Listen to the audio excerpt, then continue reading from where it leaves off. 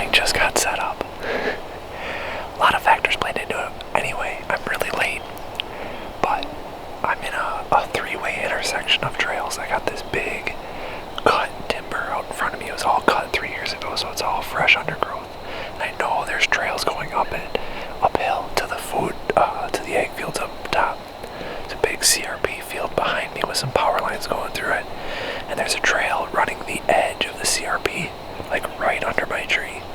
So this is more of just like an observation sit because I can see a ton.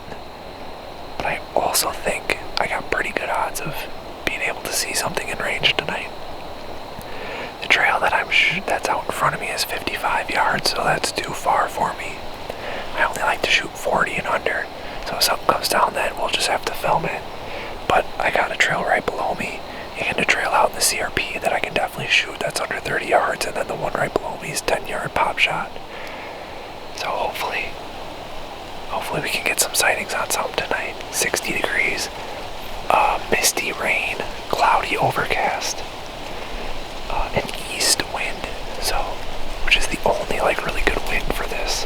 That's funny because I'm in a valley, so you never really know what the wind's gonna do in a valley. And it comes up the valley and then hits something and then it shoots straight uphill.